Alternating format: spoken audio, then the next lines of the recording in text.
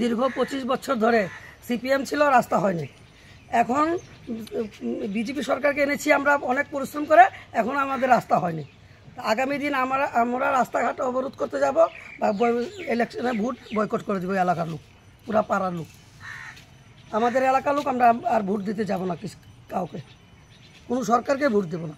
আমরা কিচ্ছু চাইনি, শুধু রাস্তা চেয়েছিলাম। সেটাও যখন হয়নি, আমরা এখন ইলেকশনে ভোটে বয়কট করে দেবো। আমাদের এলাকার লোক, আমরা ভোট দিব না। কিসের জন্য ভোট দিব? কি অসুবিধা হচ্ছে? আমাদের রাস্তার মধ্যে একটা অ্যাম্বুলেন্স ঢোকার মতো কোনো রাস্তা নাই, লোক যে হেঁটে যাবে তাও সম্ভব না। প্রায় দুর্ঘটনা হচ্ছে, বাইক নিয়ে ছেলেরা পড়ে যাচ্ছে, বাচ্চারা ব্যথা পাচ্ছে, স্কুল যেতে পারছে না। বাড়ির মধ্যে আমার মিউনিসিপ্যালিটি কর্পোরেশনের রাস্তা কেমন থাকেনি, কোনো এলাকাতে আসেনি। জঙ্গলে রাস্তাঘাট ভালো, এটা নিয়ে ভিআইপি এলাকা, এটা নিয়ে উন্নয়ন, এটা তো উন্নয়ন করে না।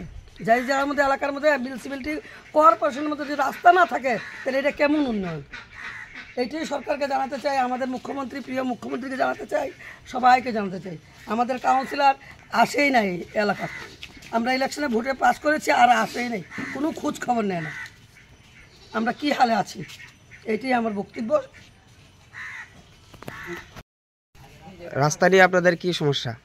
সমস্যা অনেক দিন যাবতে, কারণ এই রাস্তাটা দিয়ে বৃষ্টি হইলে মানুষ হাঁটতে পারে না। রাস্তা তো নোংরা হয়েছে, শহরতলির রাস্তা এই ধরনের হইতে পারে না। অনেক দিন ধরে আমরা ওয়ার্ড অফিসেও জানাইছি, তারপরে কাউন্সিলর ম্যাডামেরও জানাইছি, তাই কোনো সুরাহা করে না। আমরা রাত্রে বিকালে একটা যদি অ্যাক্সিডেন্ট হয়, একটা অঘটন ঘটে, তা আমরা পট করে রাস্তার থেকে রাস্তা দিয়ে বাইরের মতন ক্ষমতা নাই।